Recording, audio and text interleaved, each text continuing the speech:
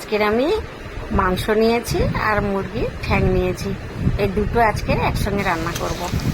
আগে আলুটা নিয়ে ভালো করে ভাজা করে নেব। আলুটা লাল লাল করে ভাজতে হবে। তারপরে গরম তেলে জিরে আর তেজপাতা দেবো, শুকনো লঙ্কা নেই। তারপরে পেঁয়াজ দেবো। পেঁয়াজ দিয়ে ভালো করে লাল লাল করে পেঁয়াজটাকে আগে ভেজে নিতে হবে। পেঁয়াজ লাল হয়ে গেলে তারপরে আমি আগে থেকে আদা রসুন আর শুকনো লঙ্কা বেটে রেখেছিলাম। তারপরে টমেটো তিনটে একসঙ্গে দিয়ে দেবো, দিয়ে হলদি গুঁড়ো দেবো। হলদি গুঁড়ো দিয়ে মশলাকে ভালো করে কষবো। মশলা কষা হয়ে গেছে, এবার আমি একটু স্বাদ মতো নুন দিয়ে দেবো।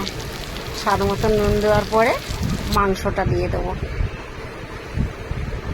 মাংসটা দিয়ে ভালো করে এদিক ওদিক নাড়াচাড়া করে ভালো করে মশলাটাকে নাড়াচাড়া করে থালাটাকে ঢাকি দেবো।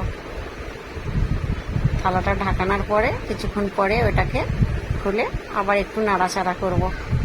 নাড়াচাড়া করার পরে এবার আলুটা দিয়ে দেবো। 2-3 বার ঢাকন দিয়ে নাড়াচাড়া করে নিচ্ছে আলু দিয়ে। তারপরে মুরগির ঠ্যাংটা দিয়ে দেবো। ঠ্যাংটা একটু পরে দেবো। তারপরে ঠ্যাং দেওয়ার পরে ভালো করে কষা হয়ে গেছে, 2-3 বার ঢাকা দিয়ে এবার জল দিয়ে দিলাম।